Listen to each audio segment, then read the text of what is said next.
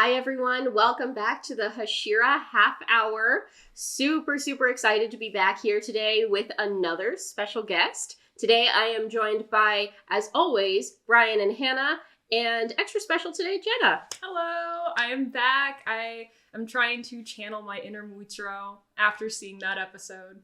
It was a big deal for me. Lots of tears. I think we're all trying to keep our cool after that.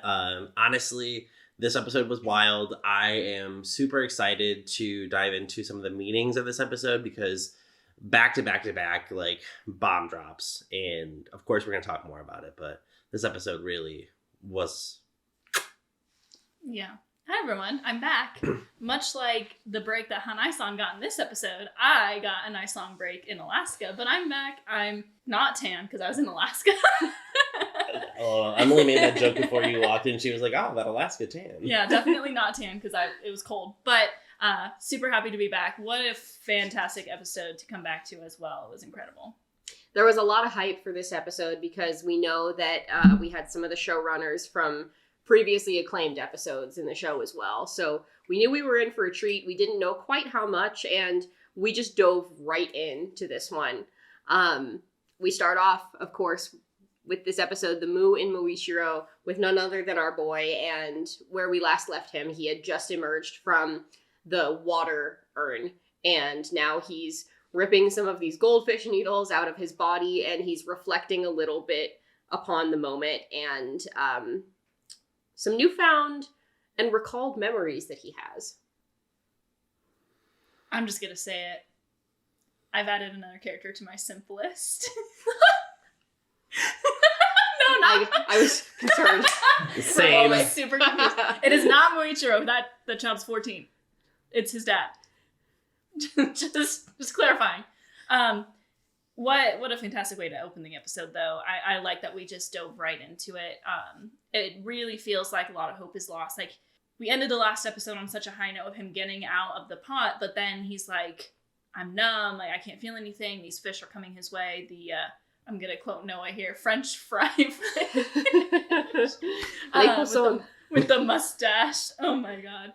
And it really feels like we got out of this only to end up here. And that's when, we continue this theme of you're on the brink of death. These memories are going to come to you and help you along the way. And I think that's exactly what's happening to Muichiro here. Yeah, I like how the episode just opened up, and I was expecting there to be kind of some recap of the last episode and then going into the theme song. It just went straight in, and my heart was fluttering already. I was like, oh, okay, we're getting the flashback sooner than I thought. Calm down. But oh my gosh, seeing his dad and Hannah said, watching Muichiro take out the needles and just his shakiness, and he's trying to get to Kotetsu to save him. It's so powerful, even before the theme song even starts. Yeah, I mean, kind of going back to Hannah's simping a little bit here. I mean, Muichiro's dad did look like a cross of Tanjiro and Gyu. And so, I mean, can you blame her? I don't. I certainly don't. But, I mean, diving right into kind of what happened, you're seeing kind of, a recurrence of what Muichiro talked about in an earlier episode, where some of these thoughts and memories were misplaced or misdirected from Tanjiro, and now you're getting to see really where they came from and kind of reigniting a spark of his, if you will, to kind of light his own way, which is really nice because, of course, that's going to mean for some bad things for Gyoko, hopefully down the line. As we know, when our characters find those memories, they power up, and their enemies, you better be ready for it. Yeah, and this is an interesting and different start to the flashback than what we've seen before. We know trauma is bound to come, but something that's a little different here is that he seems to have good parents and a nice family here in this brief moment that we get. A loving father, caring mother, and a relatively happy, quiet life in the forest, which again is a little bit different than what we've seen for some of the other Hashira. And of course, this literally lasts for less than 30 seconds in this flashback before we see his mother succumbing to illness and his father is the victim of a landslide. And he says, this left me all alone at the age of 10. And then he says, well, actually, I wasn't alone quite yet. I had a twin. This is the first we're hearing of that. Yeah, so, and actually, just to backtrack really quick, I just wanted to explain the reason why I'm here today. I'm still in a daze. My mind is literally full of mist right now. But Muichiro is my favorite Hashira, and I've loved him, like, ever since I read the manga. Giyu is a very close second, but he is my favorite. I cosplay him, like, I love him so, so much. But to kind of, like, talk about what you said, I was not expecting to see more of his father falling off that cliff. That wasn't really like touched on too much in the book from what I remember. And also like Muichiro's last moments with his mom when he's like covering her up. And that was the first time I like started crying. It's just so sad because he's trying to like bring her comfort and he's so emotional. He's putting like the blankets on her. She's still cold. So he just like throws his entire little body over her. It's so sad, but like so like heartwarming. Like he cares so much about her, and like Muichiro's twin is like nowhere to be seen in that moment. But yeah, it's just such a heart-wrenching moment, like right off the bat. I think watching this, I was surprised at the way they did it because, I mean, let's be real, Demon Slayer has never spared us any gore, or I mean, there have been certain moments where they haven't. So I was surprised to see that we didn't see everything to make it that much more intense to understand kind of Muichiro's pain. But at this point, right, you're looking and seeing kind of when a path branches, when a decision happens or just when things go awry for someone, what can, lead to those moments or what comes next after these really traumatic events, which is really hard to see because kind of like Emily said with her opener here, the kid was doing all right? We open with chopping wood. It's a beautiful fall day. The leaves are falling. Everything's great, golden sunny. And then we take a deep blue turn, if you will. And so it's a bit sad to see, to really open his story. Yeah, we kind of see that he had like a good life, kind of like Tanjiro did. There wasn't, that abusive father like we saw with Sanemi and Genya. And it makes it all that much harder to see what happens. And just to lighten the mood, how dare they give us such a beautiful man only to kill him off 30 seconds later? Literally. Like, come on. Like, they put their souls into that character design and they're like, pushed off the freaking cliff. Anyway, this is how I cope with stories like this. I, too, was feeling very emotional over these first couple of scenes because, like Jenna said, they really expanded upon it already within the anime compared to the manga. I think his dad's death was kind of just he fell off the mountain to get the herbs. Like, there was no drawing of that scene in the manga, if I'm remembering correctly. So them adding that, which was beautifully animated as well, and seeing Muichiro, he's only 10, and, his mom is laying there, like, very sick, and he's just trying his best to, like, comfort her, make her warm, not really knowing what's going on, probably because he's only 10. And then, we find out that both of them passed that night, I can't even imagine, and this is the first time we see a character in Demon Slayer lose two parents not to demons. So also natural disaster, but this is also Taisho era Japan. So it's like the 1920s or late 19 teens. So we're still in that time where you get really sick and there might not be anything to save you, when today a sickness like that is probably very easily remedied. So really, really tough to see. And then to go off of Emily's mention of the twin, shout out first of all to Muichiro's voice actor for voicing both of these characters, and you can tell kind of, but also not really. Like, I spent the entire episode kind of being like, is this the same voice actor? Is it not? And it wasn't until the credits when I saw that he was credited for both characters, I was like, oh, okay. So it's an interesting way to take the story, I think, to show that they're twins and they're so alike that they even have similar voices. And it was obviously something we don't get from the manga, so really interesting. Absolutely. I didn't realize that. I'm just hearing that now for the first time, but that's just goes to show the caliber of the voice actors that they have working on the show are really able to diversify themselves while still keeping it similar, like you said. And the use of twins is something really interesting in this episode in particular, too. We touch on a lot of sibling relationships. Almost every Hashira has some kind of sibling story that we've discussed, and Tanjiro, of course, as well. But twins are interesting because there's something to be said for, like, having to share everything since before you're even born, like the sharing a womb and then now sharing a voice.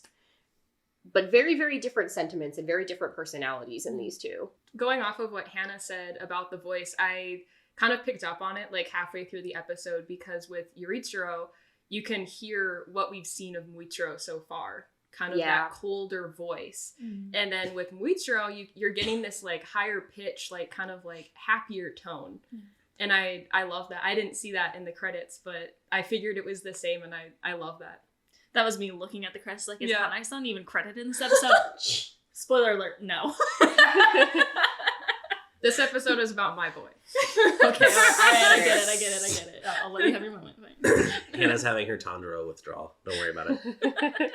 But yeah, even with kind of everything in mind and how things are starting to roll for Muichiro after losing everyone, it's kind of hard, right? Dealing with your essential counterpart and the twins, right? I think it kind of represents the duality of, you know, the individual personality that exists, right? Because they do stand on opposite ends of the spectrum, as we've seen with other, you know, sibling relationships in general, right? We saw with Daki and Gyutaro, there was one who was the beauty, one who was the brawn. Tanjiro is the face of the group, where Nezuko has sometimes been able to overpower Tanjiro just being a demon in like season 1 and such. So it really does give a good contrast to where Muichiro is now, because we can see that originally there was some of that kindness in Muichiro, but it looks like it got lost in kind of the haze of just his general mind. And some of that has, you know, been passed on to him by his brother Yuichiro. So it's really a nice kind of balance, or I guess a back and forth that Muichiro's had to grapple with throughout his life. Yeah, something about the twins thing I was also going to say really quick is like all my life I've had a very deep fascination with just twins in general. Like there's just something so special about it. And I can't obviously speak on being a twin because I'm not, but like I always love the twins in stories, like Fred and George in Harry Potter. Like I love the twins. Twins run in my family. I've been told if I had kids, I'd probably have twins, which is like just like really cool to think about. And I think that's probably like another reason why I love Muichiro so much, is because there's that really strong twin bond. And I'll talk about like more of my thoughts on like some of the twin stuff later, but I love twins so much. Well, I think it's an interesting kind of change up because, like we've all mentioned, that the story of siblings is very apparent in this show. In fact, it almost seems like, you know, we talk about it being a story of choices, or some people think it's a story of good versus evil. It's a fight show. But it's like, really? It's kind of a story about siblings. Like, almost every single story and every single character has a sibling, and there's usually trauma involved with that in some way. And to see it, once again, the story of siblings, but have them be twins is an interesting, different take. And it can really show, like, just how two halves of the coin these two twins are. And we're seeing that Muichiro maybe wasn't exactly what we thought in the beginning of this season. And we gave him a lot of hate in the beginning of this season on the podcast. Sorry, Jenna. That's why I'm here today. I got a clap back for my boy. I stand for all the Muichiro lovers. All the Muichiro stands are canceling us. We finally will be uncanceled after today. Listen, we had Haley on here to defend Sonomy. Jenna is now here to give her defense as well. So it's only fair. Yeah. All in a day's work. And everyone's got different opinions, so. Yeah. That's what makes media interesting. It is okay to have a redemptive arc as well. It's okay to understand the why behind something. So we're gonna learn today. So obviously we see both of the parents perish, and that takes a toll very obviously on Muichiro immediately, on Yuichiro too. Although that is a little bit more subtle, and we'll get to that a little bit later. So it's, you know, it's just these two 10-year-old boys trying to fend for themselves and figure out how to care for one another the best way that they can in a world that is cruel to not only children but to adults as well. So they're doing their best, and then, you know, as they're just trying to live their lives and survive, Lady Amane shows up to tell them that they are descended from swordsmen. What do you think? Definitely an added twist to all of this story that's happening. You know, obviously we kind of brushed over the fact that Muichiro's dad, his eyes are exactly like Tanjiro, and that was the point of the end of last episode, which of course I didn't get to talk about, so my brain's a little all over the place. But, you know, so we're seeing his eyes are like that, and now they're descendants of the first breathing. So we're adding to the mystery, but not really giving many answers to it at the same time, which that's how mysteries go. But I really like the buildup of this season. I think the season's been very different. I think action has been a big part of it, but it's kind of taken a back seat, you know, to get like the story really developed and these characters developed. So this episode really went along with that and adding to that. And at the same time, like my heart just hurts for the characters. Once again, childhood trauma is a big theme in the show. Literally all of them have crazy childhood trauma. And I think are they the youngest that we've seen so far that have gone through something like that? Or Yeah. And lived? and like And lived? Yeah, I think so. Everyone else was older. Tanjiro was like, what, 11 or 13. 12? He was Yeah, 13. Yeah. And then they're at 10. So, yeah. It's just a very realistic theme to kind of show us just how cruel this world is. But also at the same time, neither of their parents were taken the same way that most of these other characters have gone through. Mm-hmm. So, again, kind of changing up the story, but still kind of going along with those themes. Expertly written. Yeah, I think it's kind of important to note that Muichiro lost his parents due to natural causes, or more or less natural causes, if Yeah. you will. Most of the other characters that we know about have had some implication with demons, and so the journey that Muichiro has taken to get to the demon slayers was a little bit more direct, because Lady Yamane came out and was like, "Hey, guess what? You're actually descended from some swordsmen. Want to join a club?" And I mean, essentially that's what she asked. So, I mean, at this point, right, we have Sonomi, who unfortunately had to struggle with fighting his own mother to try and save his only other living sibling at the time.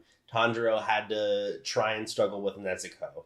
We've had all these other moments in which there has been some sort of struggle or early conflict with demons, yet Muichiro doesn't have that. But we know in one of the scenes that he is asking about, if I am a descendant of this first breathing style, I should be doing something to help. And I think that kind of gives us characterization and really shows us the journey that has him circle back around to who he used to be, maybe. And I think that's something that we can look forward to as a part of this redemptive arc, is that there was a point where Muichiro was a lot more like Tanjiro than we know of. And so maybe we're coming back around to that time now because he's finding someone who can reignite those lights for him. Yeah. As a matter of fact, he says exactly what Tanjiro said. And that's, I think, why those words echoed so much in a previous episode. Something along the lines of, what goes around comes back around to help you. If you put this energy out there, it will come back. And his brother is the one that shoots it down. And we come to know that his brother is probably only saying this as a slightly childish and immature means of protecting his brother. We'll get to that in a bit, but he's definitely, Yuichiro is definitely the harsher of the two and is much more pessimistic about the world that surrounds them, and for good reason. I mean, for a child to be so keenly aware of the challenges that are presented in this environment that fosters demons around them, it's more realistic, I think. Unless you're chosen one. So, yeah, I think at the end of last episode, and then mostly in this episode, like Hannah and Bryan were talking about, I think it's giving us more answers to why Muichiro is so powerful. And, we go back to, the entertainment district when I think Tengen said, this boy, trained, and he became a Hashira within, I think it was 2 months. Yeah. Which is crazy, and now we're getting more of those answers that we've been waiting for some time now. And kind of going back to how Muichiro used to be kind of like Tanjiro, about his quote about how when you help people, it's going to come back to you in the end, but not only is it going to come back to you, you're just doing the right thing. I think when Muichiro is remembering everything, I thought it was really interesting how it was all of the most important people in his life that were helping him remember everything. And by Tanjiro saying that, it was triggering what his dad had taught him all those years ago. Because in this episode, we see that he was repeating what his dad said to his twin brother. And even going back to when his mother died, he mentioned how she died of pneumonia. And he remembered that because he himself was suffocating in that pot. And I think that like those two kind of go hand in hand, and there's like parallels there. But yeah, he is a chosen one, and it's very special. I'm so excited to see more of him, and he's finally getting his moment to shine, and I love him so much. Yeah, I think that scene where they first talk about it was really hard though, because originally, you know, Lady Amane showed up and Yorichiro pushed her away. And Muichiro's like, I want to help people, I want to protect people, which is very Tanjiro-esque, right? But Yorichiro is like, you know, you can't even wash rice on your own, right? Like, I have to keep reminding you, like, you're not one of the chosen ones. And those words are like hurting him. And yet we're still kind of getting that feeling. Is Muichiro like more of a chosen one than Tanjiro? Because we're already getting this story of him being a descendant from the first breathers. That's what Lady Amane had told them. Tanjiro has been through years and years of training and is still not a Hashira. And yet here's Muichiro 2 months after picking up a sword. So we're getting like this interesting kind of back and forth, because we felt like maybe Tanjiro is the chosen one this entire show. And usually like the main character is, right? But is Muichiro the chosen one? I think there's a key word there. Yuichiro, when he's talking about people that are special or people that are chosen, he says a chosen one. Not the chosen one. A chosen one. A chosen one.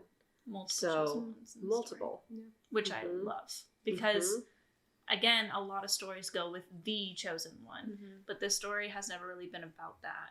It's been about everyone working together for the good of people. Through the power of friendship. And swords. And swords. And a gun, in this case. Yep. Guns Nothing with a better. Friendship, guns, and swords.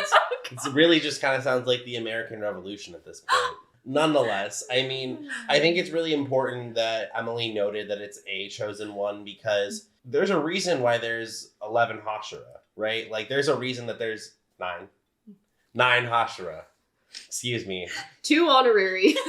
2 honorary Hashira. The grass Hashira. Just kidding. Different story. But, I mean, there's 9 of them for a reason, right? They all can't fight the fight alone. Obviously, there's going to be someone who, you know, hopefully finishes the job one day, but that person is not going to be like, haha, I beat Muzan on my own. Y'all did nothing. There's going to be that collective journey together, right?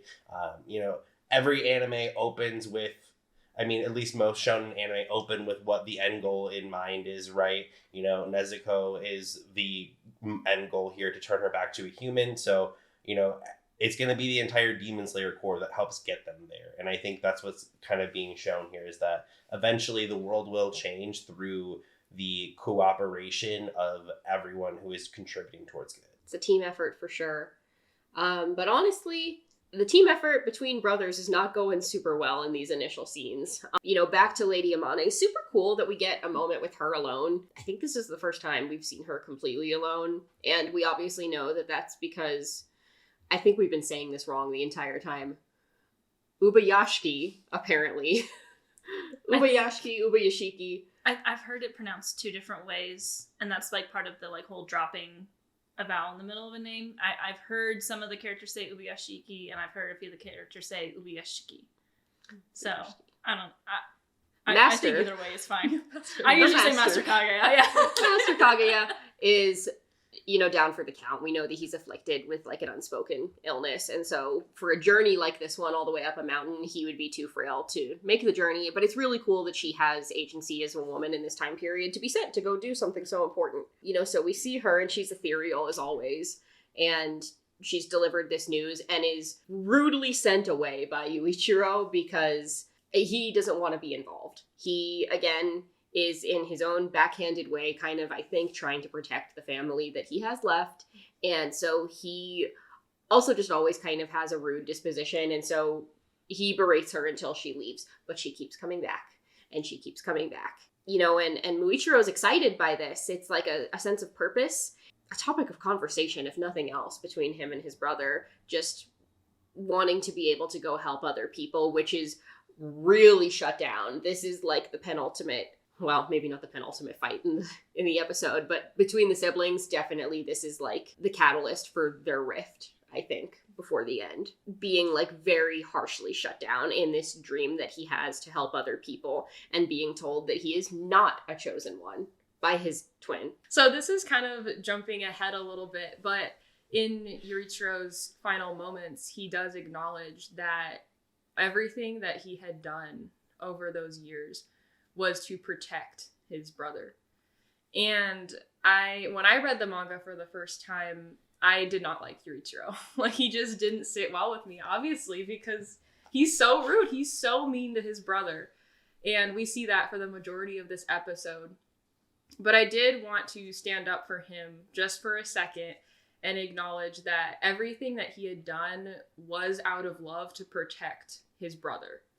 And I think he did it not in a good way, but he still was doing it because he was trying to protect the only family he had left. And I think that's also very like special, again, with the whole like twin bond.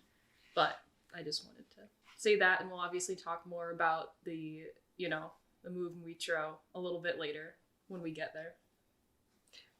I mean, I think we're basically there. Why not, right? Like, they've had this blowout fight. Yuichiro explains that, like, they don't really speak anymore after that. And while he's trying to protect him, and again, he probably could have handled it better. He is 10 years old. So, like, let's give him a little bit of grace, I think, for not knowing how to handle a really difficult situation. And, again, selfish, not selfish. He's trying to protect the last person that's alive that he currently cares about. So he's going to do whatever he needs to make that happen. They're still not speaking. Hot summer night, doors open because humid nature of Japan. Muichiro gets up to get some water, looks over, Yuichiro's still sleeping, kind of. And then this was like a jump scare that happened with the demon in the doorway. When I watched this yesterday, I was like, hi, am I interrupting? Literally, I was so dead because it was just so nonchalant.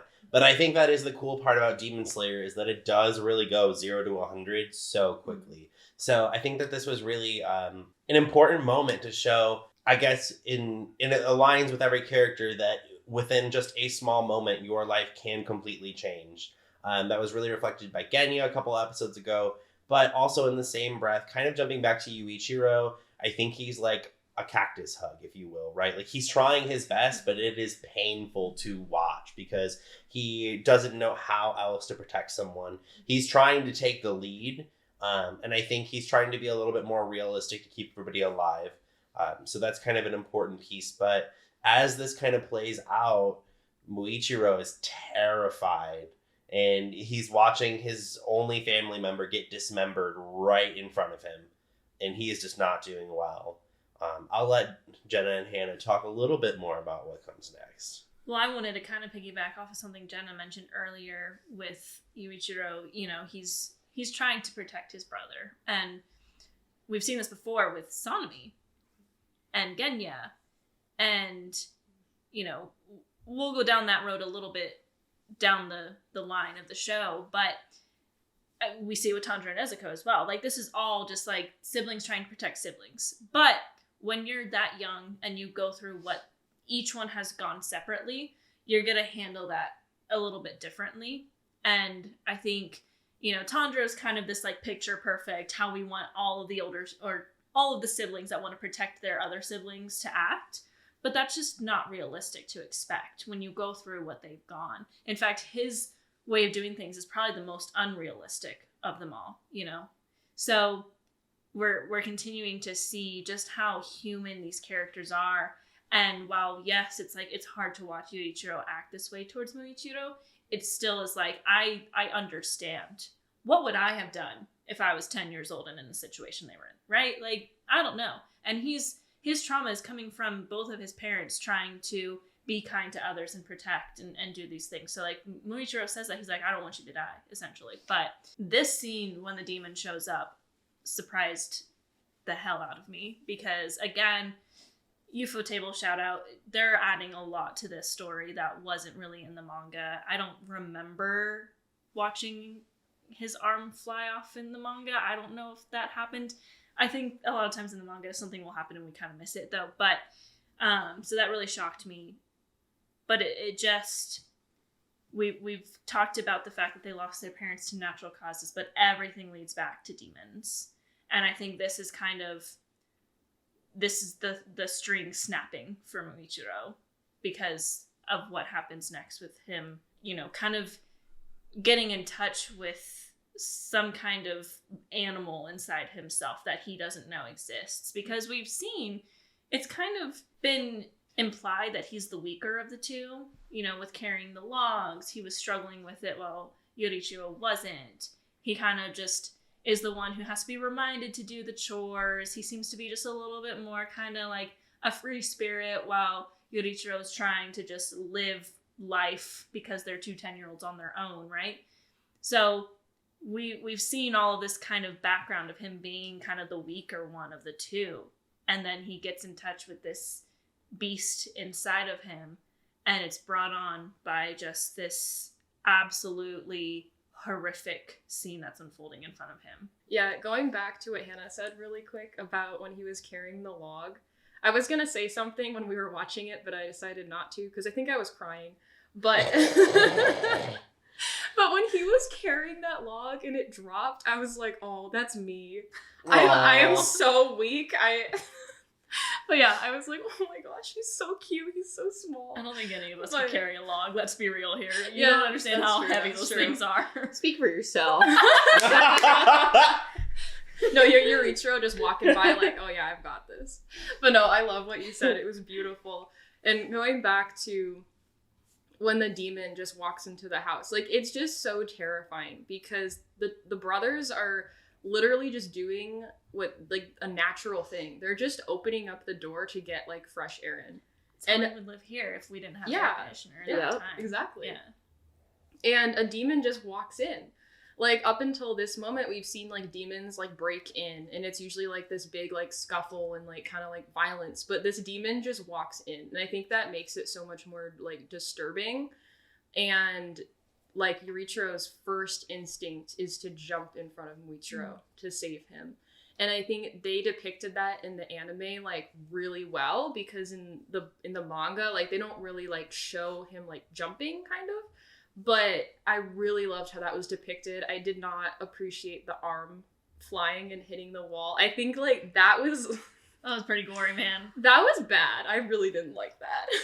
But and then like what Hannah was saying, when Muichiro, like, it affected him so deeply, like, and then it goes back to now him being the one that needs to protect his brother.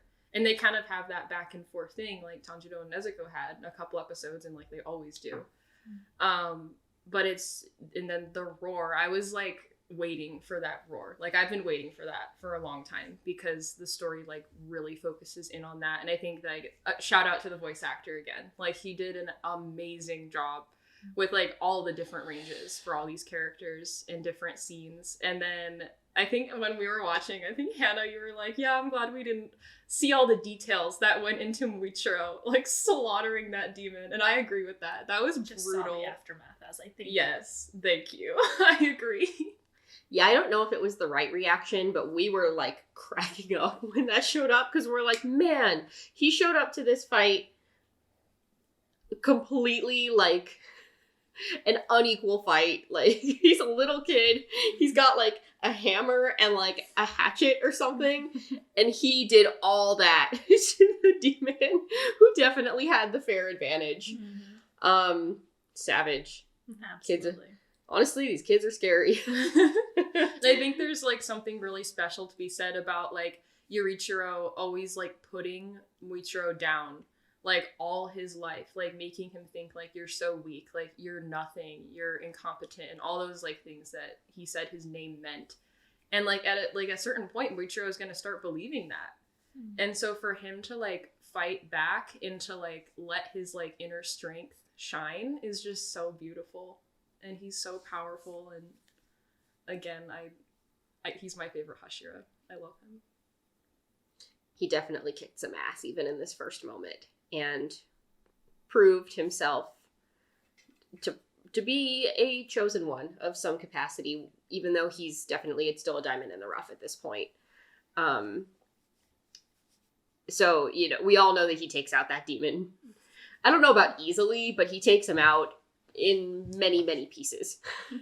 And then, you know, when the deed is done and he kind of comes to his own consciousness again and out of this moment, he heads back to the house to go check on Muichiro, who is not doing so well, but is still alive at this point. And the brothers get a final moment together.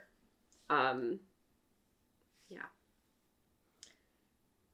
I mean, this is where I cried a little at the beginning, but this is where the waterworks really start for me in this episode, because you just really see Muichiro is literally praying.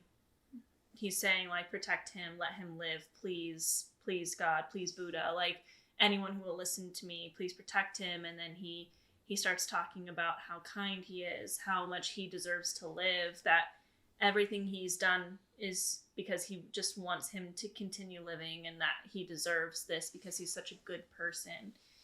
And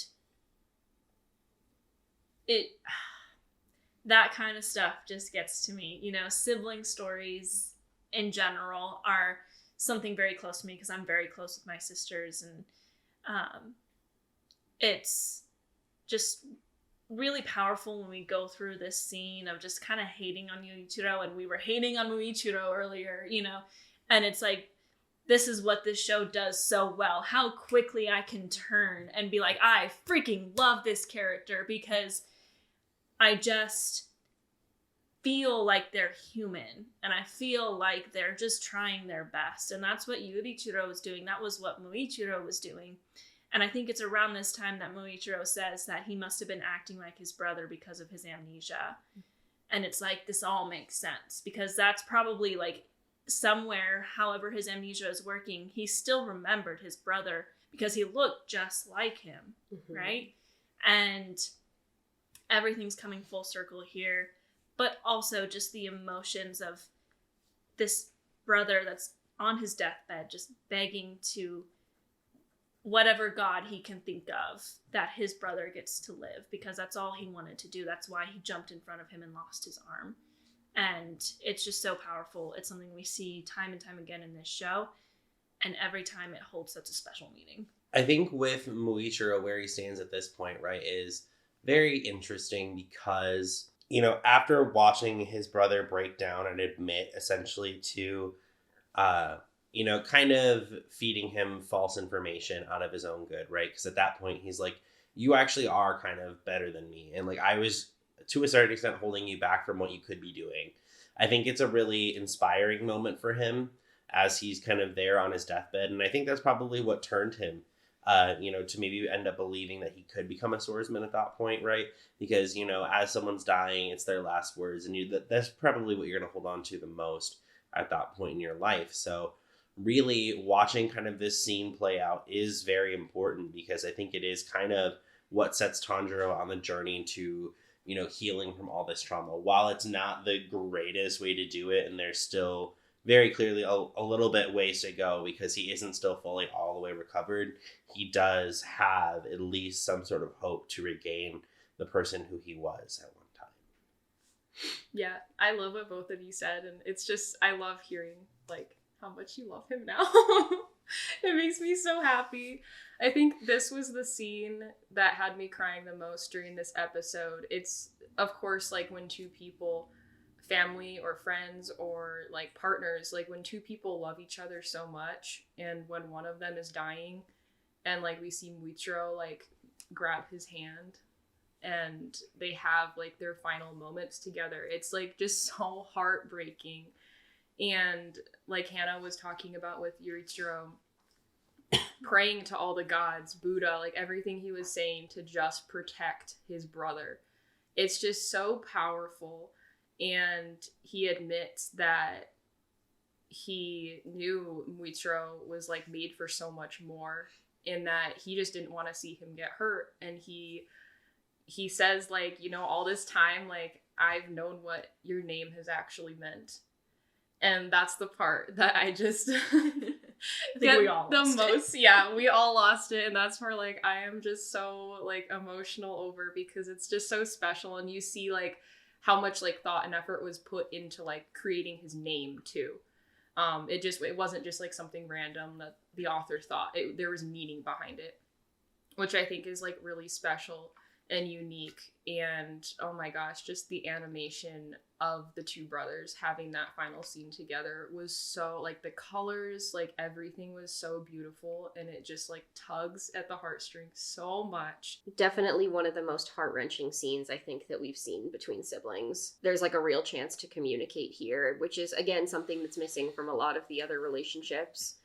Tanjiro and Nezuko have come to find a certain sense of communication, but she's not been able to use her words for years now at this point.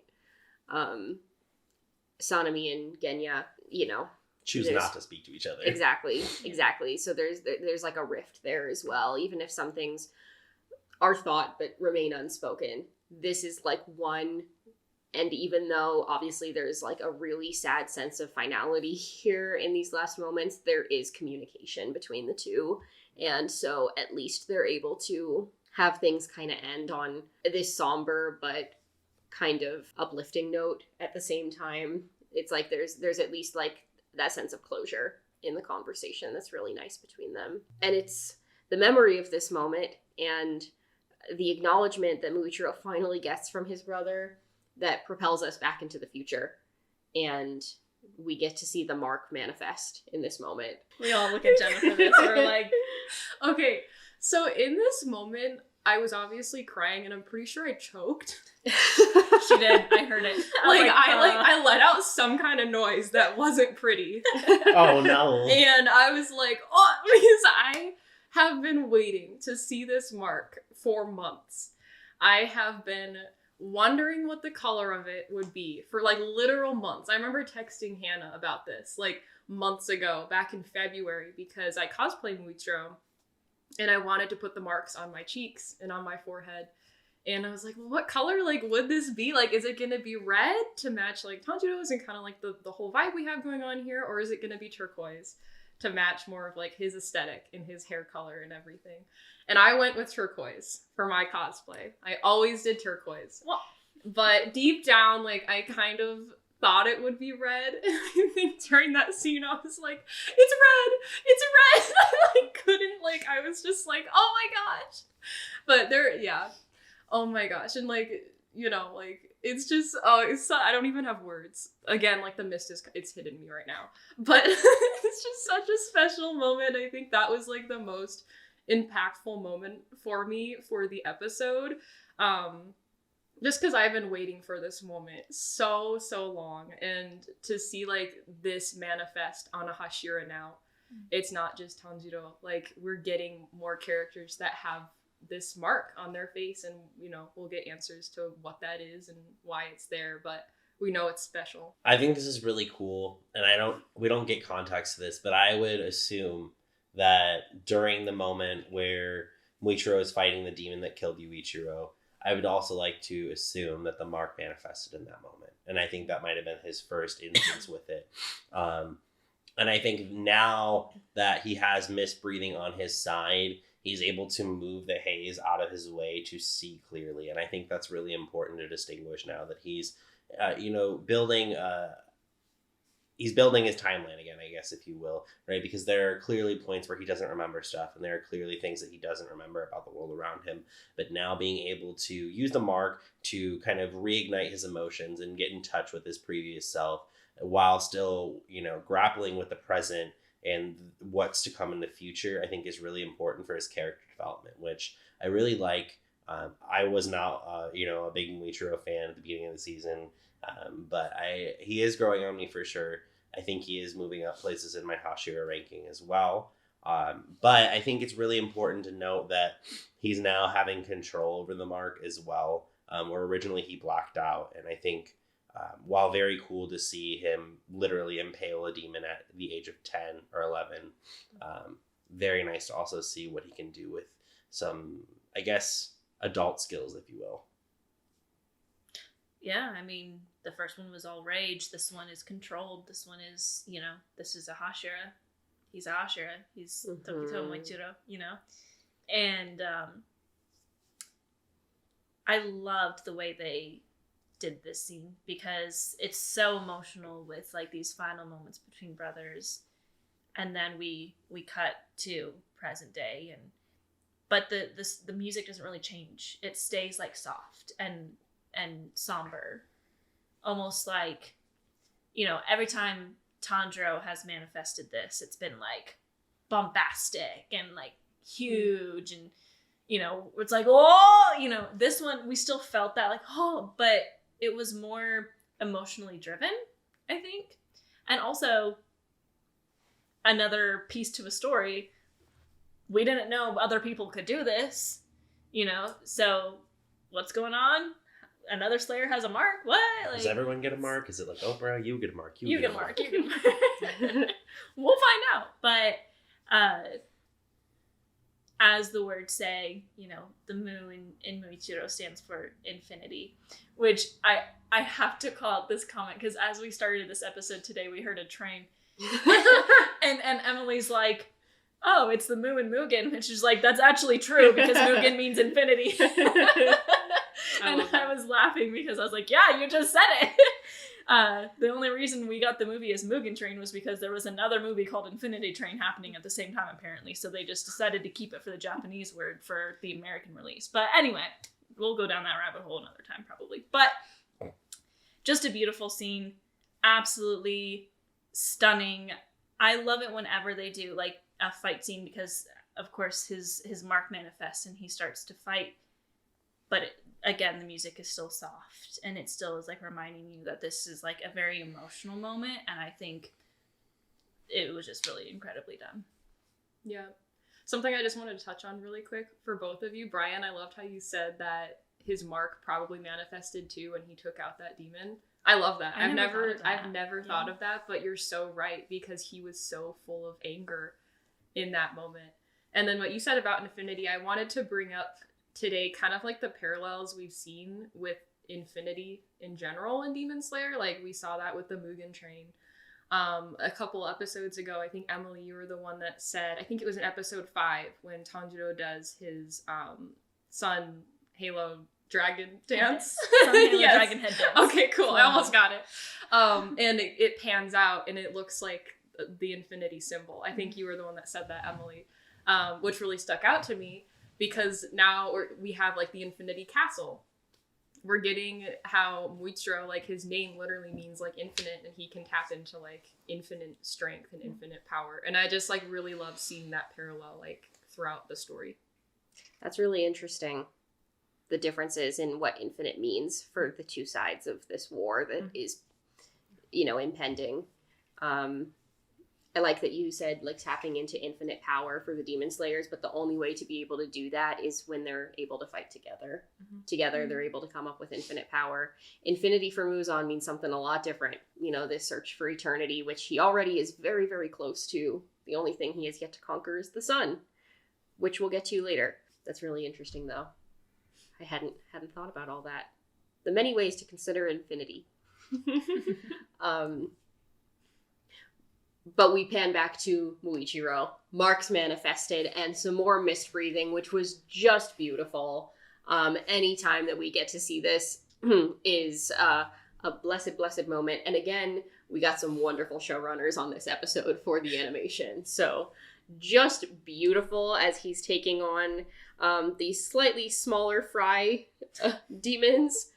But as he's able to defeat them pretty quickly, he's tending to Katetsu, who we know also got like straight up shanked. Yeah. Thank you, Bryan. So he's gonna need some medical attention, but he's even saying with his little tiny gasping breaths, like, no, go help Haganazuka.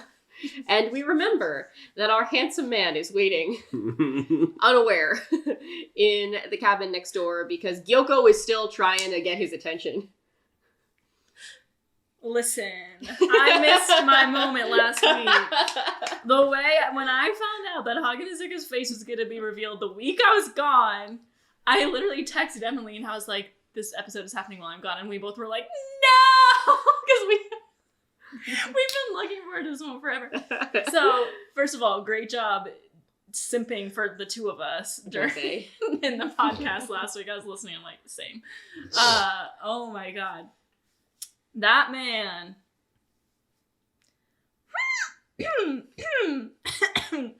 And now, in this episode, I don't know how they do it, but without an eye, he's even more beautiful. There's something about when a character starts like bleeding and like loses an eye. I'm talking about Tengen.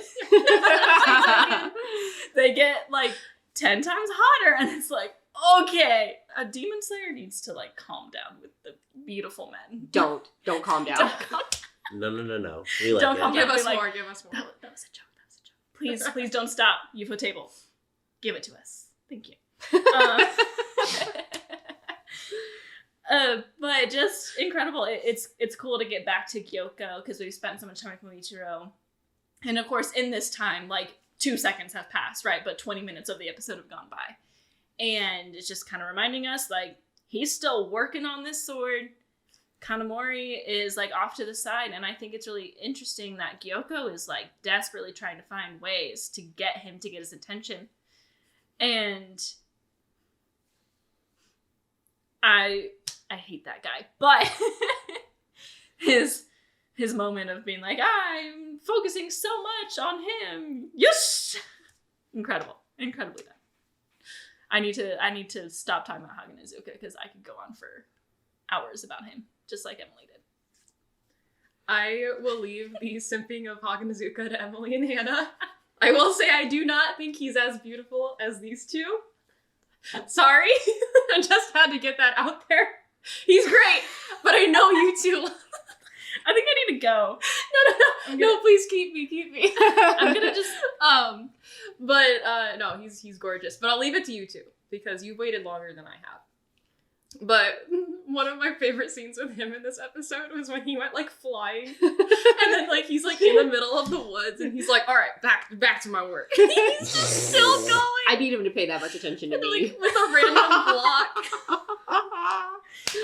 Oh my gosh! And I'm glad Hannah pointed out the scene with Gyoko and the concentration that was killing me. That was hilarious. But yeah, I hate him too. He's gross. That was So a comedic. goofy ass transition, right? Because we have like we're like beautiful, sobbing. like Muichiro, and then you've got like Gyoko's eye laughing, like goofy ass. Yo. And then he's like, and then Muichiro does come in to like, and he gets a swipe in at him, and obviously that doesn't make Gyoko super happy, so he unleashes the Kraken, literally, and then there's like, and the house explodes from the octopus arms. Haganazuka goes flying, but he's okay, and he's still working, as we just talked about.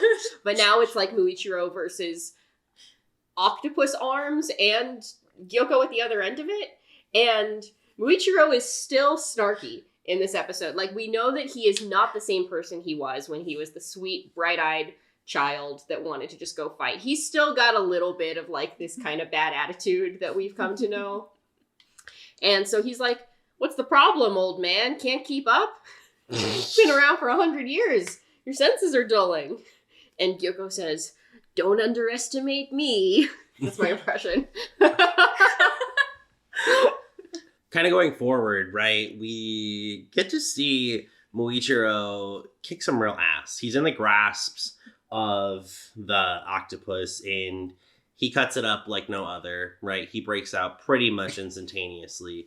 And after that, we see some cool stuff happen, because we noticed that previously Muichiro was using just like the replacement sword that he had grabbed off of Yorichi Type 0 originally back in like episode 3 or 4.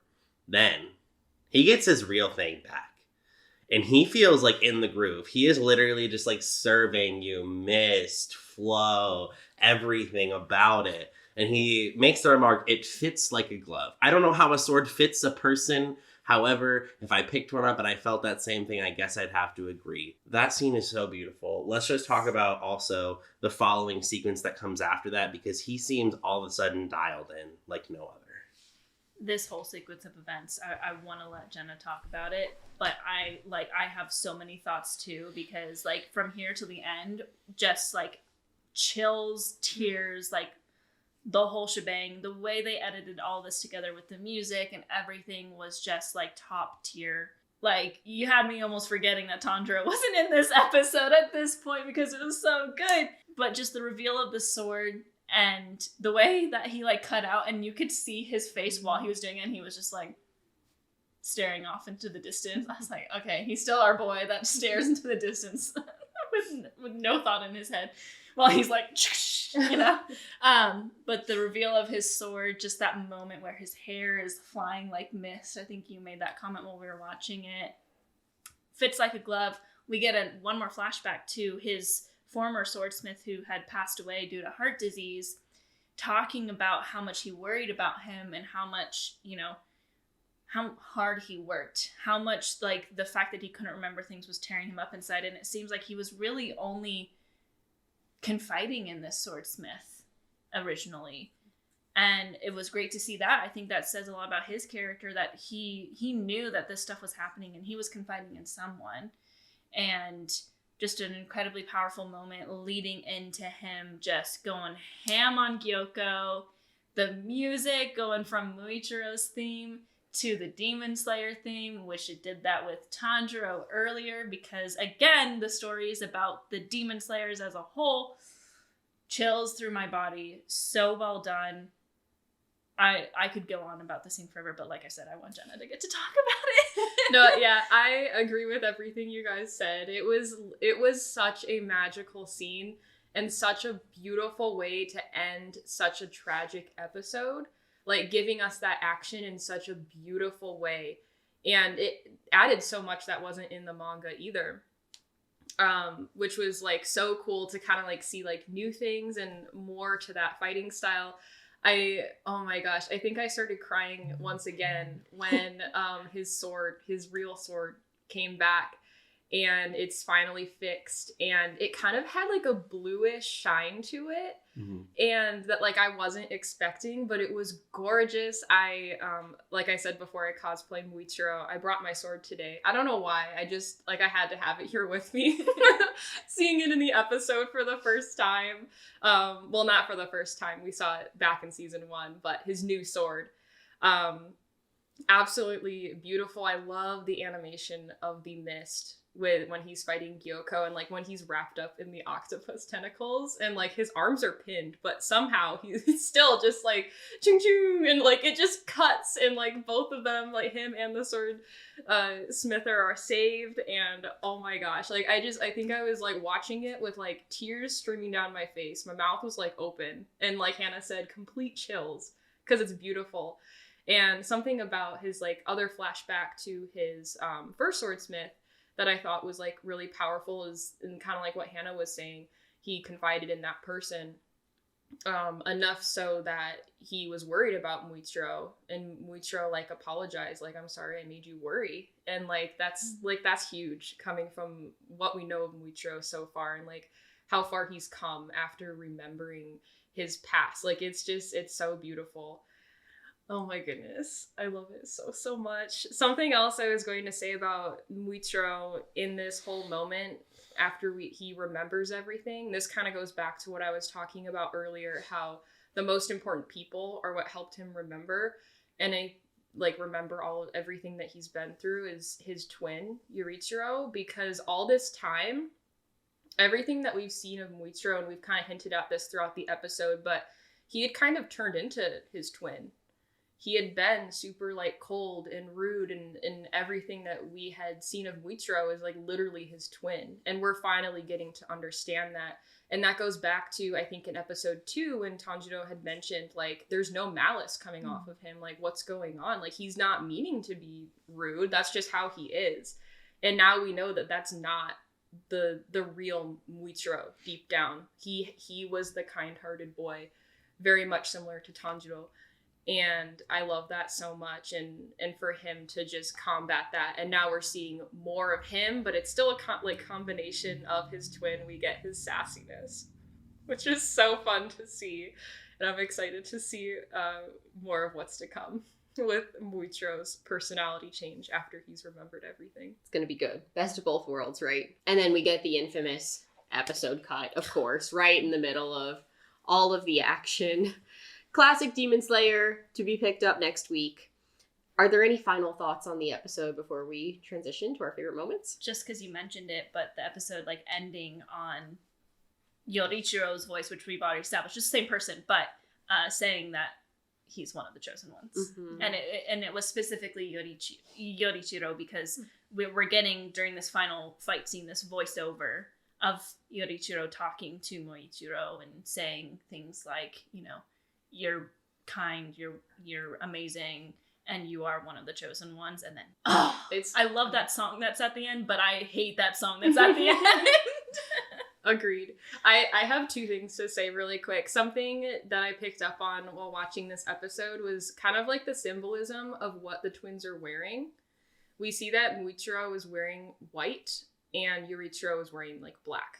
And it's kind of like light and dark. And I don't want to say that Yorichiro is like evil or anything. Like, we've talked about him, how he can be very cold and rude, but I think that was very like fitting.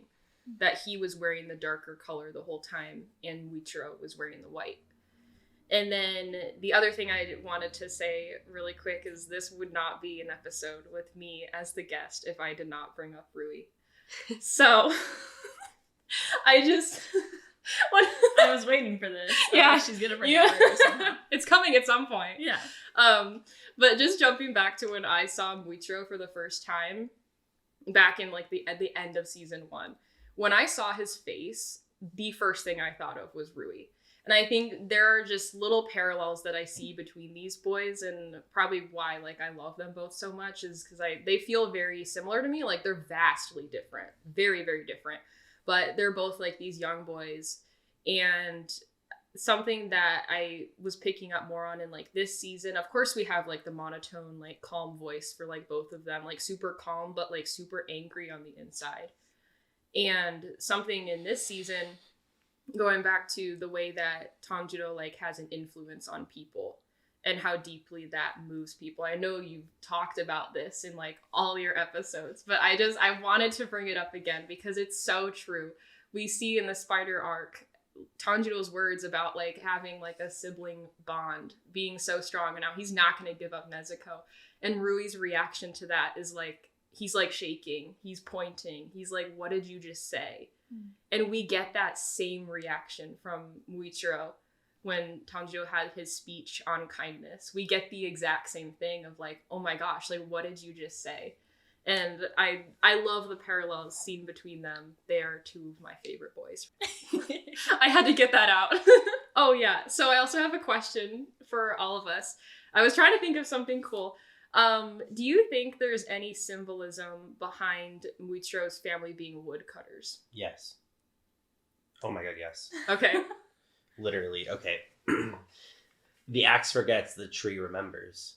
Like, and I think that's kind of important here is that Muichiro, right, very forgetful, and we actually see that he uses the axe against the demon, and the tree never forgets. We're continually in a forest. We are fighting in a forest right now. We are fighting against wood dragons. And if you look at it, the other side of the coin is very remembering, actually. If we look back at Zohakuten, the hate demon, he says something along the lines of, like, all these, like, awful villains continually committing crimes against us. And, like, you have no business here. You're not part of this fight. It's very much so a important detail because Muichiro is, I think, kind of the character who's lost in the woods and lost in kind of all of these thoughts in remembering things or forgetting them in the mist. It's a very, very important detail in my opinion because it demonstrates and symbolizes a lot of his actual personality characteristics. I love that so much. I took it a completely different way, and I've been like thinking about this for a while, but I love that so much. Like, that makes so much sense. The only thing that I could think, and I'm still thinking about it because I think that it has so much symbolism. I thought back to like how Tanjiro's family were like, they worked with coal. That's what I was gonna say. And how it relates to fire. And I'll keep this short, but you know, wood and fire go so well together. Like forest fires, and even like how that's how we have fires is on wood. Yeah, I kind of, where my brain was kind of similar to yours. You know, we've learned a lot about Muichiro now. We've learned that he is descendant of the swordsman that did the first type of breathing. We've learned that Tanjiro, we still don't really know what's going on with him. That's still very much a mystery. But he is descendant of whatever this Hinokami Kagura was, which seems to very much have a base in some kind of breathing form, possibly the strongest. It's not really confirmed yet. And so both of them are descendants of this incredible power, most likely, but are living very casual lives. One being woodcutter, one being coal seller, which are very similar in my opinion. So I think that kind of brings parallels to those two characters specifically, which I think is really interesting to the story. So that's kind of where my brain goes when I think about, how woodcutting might be really important to the story. Yeah, I definitely think there's a lot of symbolism to be had there, and I'd probably need a little bit more time to really think through it. But of course, the use for fire is what comes to mind first, and I think that it makes sense, seeing that the mark has now manifested. Wood is used for kindling, but that being said, wood is also used for building things as well, especially in Taisho era Japan. Almost everything was built of wood, and we know that Muichiro is one of the Hashira, or like one of the pillars, so maybe there's something to be said for being able to build things back up after the fire as well. Just like he built back his memories. Yeah, absolutely. So I definitely think there's some symbolism there. Great question. Thank you. Yeah. I think with that, it's probably time to transition to our favorite moments. So I'll go ahead and go first. I don't know that there was one particular moment I want to call out. This episode just flowed so well, and that's what I'm going to shout out is the masterful editing. I was just thinking about how, like, the transition scene obviously came very early in this episode, and I had to be reminded of it because I was like, did that even happen?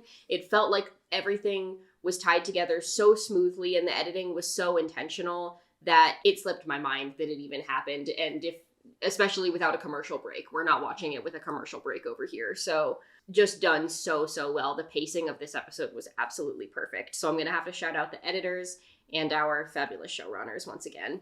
My favorite moments this week were a little bit more comedic, but I mean, who's surprised by that? With that being said, my favorite moments do come from Gyoko. First favorite moment was when he was like, aha, like I'm so concentrated on breaking Haganazuka's concentration that I forgot about Muichiro. Literally so bad, but so good at the same time. Other favorite moment from Gyoko is when Muichiro gets his final slash in before the episode ends, and then he is, Muichiro saying, like, I don't have time to play with your faces all day, okay? Like, I gotta get going. And he realizes he's been slashed and uses his little baby arms to cover him, and like as if he's indecent in public. It's just so like gross and awkward but stupid at the same time. He's just a laughable character all around, and I think that's what's kind of drawn me to him. Yeah, absolutely. Those were two of my favorite like comedic moments of the episode too, even though I have no love for Gyoko. But my favorite moment, I usually go with moments that show more of a backstory, like always, but this episode was mainly all backstory. And so I'm going to have to go with when Yurichiro admitted to telling Muichiro what his name actually means and how that transitioned into Muichiro getting his mark. It just means so much to me to see that mark manifested and all of like the symbolism that goes behind it. I've been waiting so long to see it. That's the part that got like the biggest reaction out of me too, like emotionally and vocally. I was like, I can't take it. Like I have to speak. But oh my gosh, wonderful moment. Yeah, the whole episode was fantastic once again. But I have to say that just that ending sequence from pretty much the time that he got his sword to the end, and we talk about it a lot, but Ufotable, like we can't praise them enough, just how well they're adapting this. And of course, like for me, this is my first experience watching the anime after I read the manga, because I wasn't really there yet when we were watching Entertainment District a year and a half ago, so this is a very new experience for me. But the way they're just kind of moving things around, shifting things around, it really brings the story to life. And that is a hard thing to do since the story is already very alive in the manga. It's already just pulling emotions out of you left and right on the pages, and then you see it in action in the anime, and Ufotable somehow manages to take those emotions that you're feeling and multiply that by 100. And with the music and the voice acting and, you know, Yorichiro's voice kind of overlapping and saying that he's amazing, that he's kind, and then ending with one of the chosen ones. As much as I hate the way it ends right there, my hair was standing on my arm. Just absolutely beautifully done. I will probably watch that scene about as many times as I've watched Hinokami Kagura Sun Halo Dragon Head Dance, which is pretty incredible, knowing me. That's true. This is the true. The truth. The truth. And with that, I believe that it is time for Hannah to get on her soapbox for a brief moment. This week's Taisho Era Secret. All you. And now it's time for a Taisho Secret. I'm going to say that in Japanese the next time I do this, I promise. So, this is only the second episode in the entire show that Tanjiro does not appear in. Going through some Tanjiro withdrawals, excuse me. The first episode was the anime original episode of the one about Rengoku, of course. And you could kind of say he appeared in both this one and that one because he was in the Taisho Secret. However, he is not even credited in the ending credits. Hanai-san is not credited, nor is Tanjiro. So, your girl's going through some withdrawals. And I'm actually going to take this time. I have to say something about Hanai-san because I'm thinking about it from the previous episode and I didn't get to talk about it. So I'm going to use now as a segue to that really quick.